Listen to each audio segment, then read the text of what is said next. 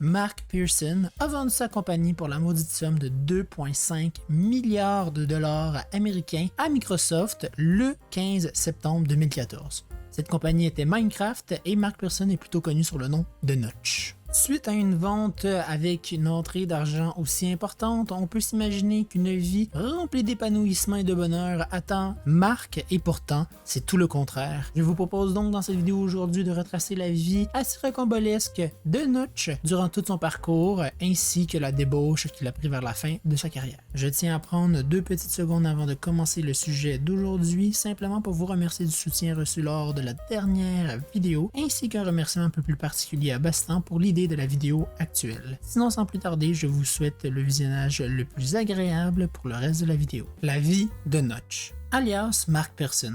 Une histoire captivante en 3 chapitres. Découvrons sa jeunesse, son parcours pour créer Minecraft, l'un des jeux les plus populaires de tous les temps, et sa vie après le succès, qui est marquée de controverses sans arrêt. Suivons le chemin de ce génie de programmation, de son humble début à l'impact considérable sur l'industrie du jeu vidéo, ainsi que la répartition de la richesse sur sa vie personnelle.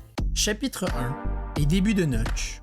De l'enfance à la passion de la programmation. Notch, de son vrai nom Mark Pearson, est né le 1er juin 1979 à Stockholm, en Suède.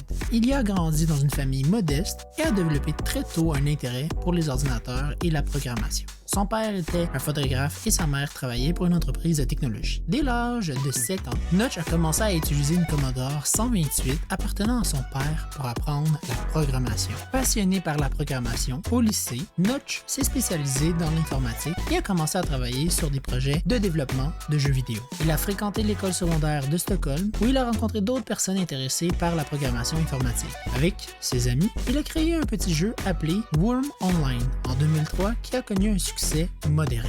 Après avoir terminé le lycée en se concentrant sur les jeux, Notch a travaillé pour une entreprise de jeux vidéo appelée King.com, où il a travaillé sur des jeux en ligne pour les téléphones portables dans une industrie grandissante. Il a également travaillé pour une entreprise de développement de logiciels appelée Jailbomb avant de quitter son emploi pour devenir développeur indépendant de jeux vidéo en 2005. Chapitre 2.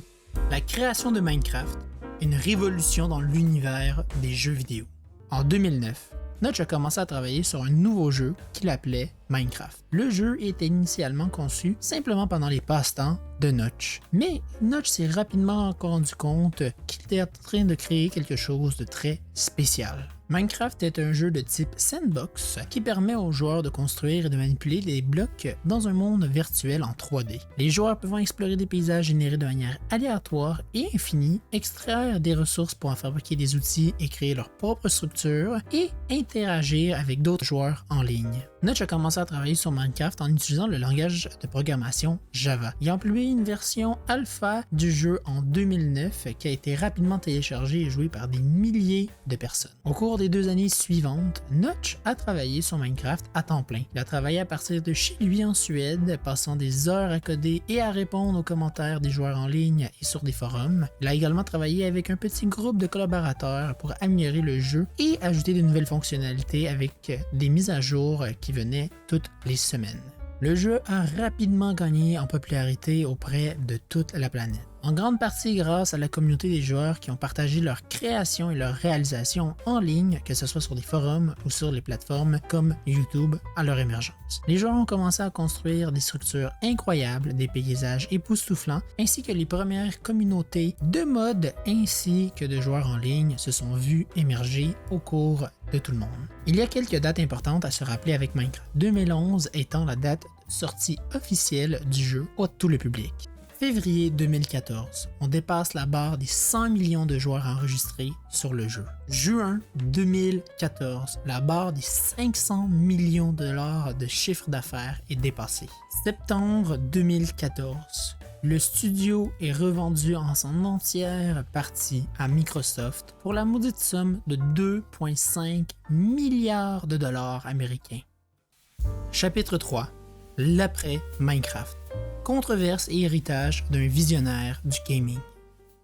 Après avoir quitté Mojang, Notch a décidé de prendre une pause de la programmation. C'est à ce moment qu'il décide de mettre sa famille à l'abri de toute crainte financière possible, ainsi que de s'acheter une modeste demeure à 70 millions de dollars à Beverly Hills, aux États-Unis, ayant à sa disposition une somme d'argent qui dépasse l'imagination de la plupart de la population. On peut se dire que l'épanouissement ne fait que l'attendre. Pourtant, très rapidement, le tout va sombrer au cauchemar. Notch a ensuite lancé quelques entreprises de développement de jeux.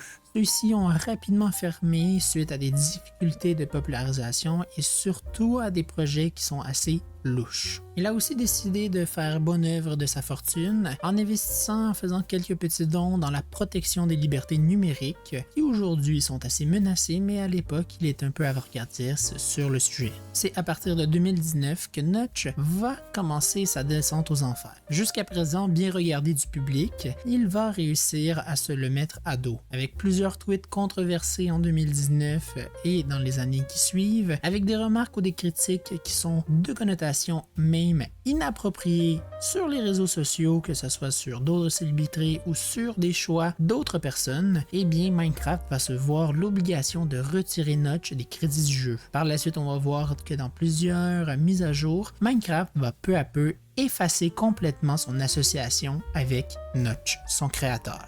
C'est au même moment que plusieurs célébrités ainsi qu'influenceurs américains vont commencer à discuter ou à ouvertement communiquer leur désagrément avec Notch, que ce soit des soirées un petit peu arrosées qui tournent mal, que ce soit simplement des anecdotes assez étranges ou perturbantes, le tout va ternir énormément l'image de Notch au grand public. Malgré cela, Notch est toujours considéré comme l'un des plus grands créateurs de jeux de tous les temps en raison de son travail sur Minecraft et surtout de son écoute au vu du public. Son jeu a inspiré des millions de joueurs à travers le monde et a lancé une nouvelle ère du jeu vidéo, du sandbox, et a changé la façon dont nous pensons de la créativité dans les jeux vidéo. Pour conclure, nous avons vu la vie de Notch, ses débuts modestes à la création de Minecraft qui a amené sa renommée mondiale, une histoire de passion et de créativité jusqu'au succès. Son parcours exemplifie la puissance de la persévérance et de la passion que nécessite l'industrie du jeu vidéo. Notch restera une figure marquante de l'histoire du gaming, son histoire étant gravée dans l'empreinte indélébile de Minecraft. Son histoire inspire les développeurs et nous rappelle l'importance de la créativité sans limite dans les jeux vidéo d'aujourd'hui et pour le futur. Et voilà pour ce qui est de la vie de Notch. J'espère que cette vidéo vous a été très agréable à regarder, que vous avez appris quelques petites choses sur la vie du créateur d'un de vos jeux préférés. Donc comme à l'habitude, je vais vous inviter à laisser un commentaire constructif sur la vidéo pour que je puisse m'améliorer à l'avenir, ainsi que sur le montage. Sinon, eh bien, si vous avez apprécié, n'oubliez pas le like, de vous abonner. Et sinon, comme je vous le dis toujours, je vous souhaite une magnifique fin de journée, de soirée, mais surtout le plus important reste, à la prochaine.